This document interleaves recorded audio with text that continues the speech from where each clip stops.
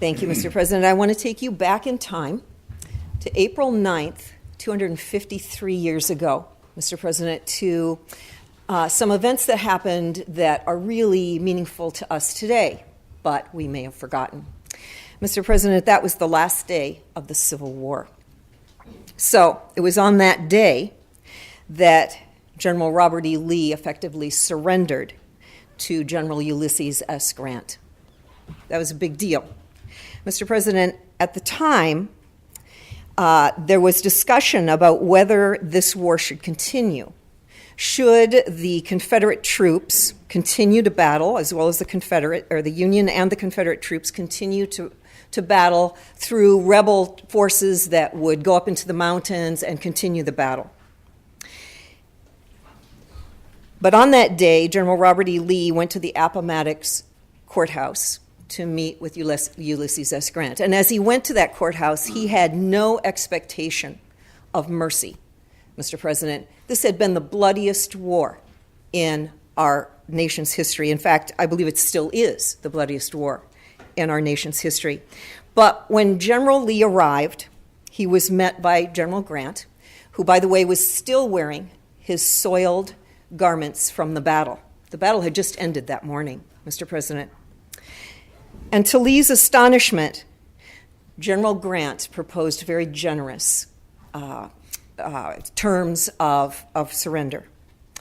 There would be no prisoners of war. The officers would be allowed to keep their sidearms and their horses. This was a big deal, Mr. President, because that was a source of pride for the Southerners.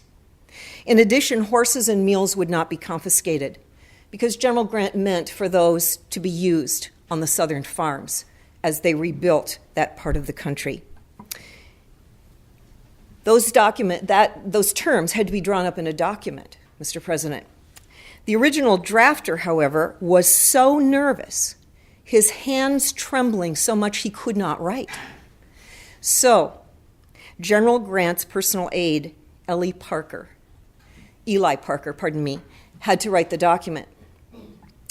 Now, Mr. President, you might think, yeah, so what? Well, it turns out that Mr. Parker was a Native American from the Seneca tribe. Mr. President, when General Lee looked over and saw this dark-complected man writing up the terms of surrender, his face showed how stunned he was.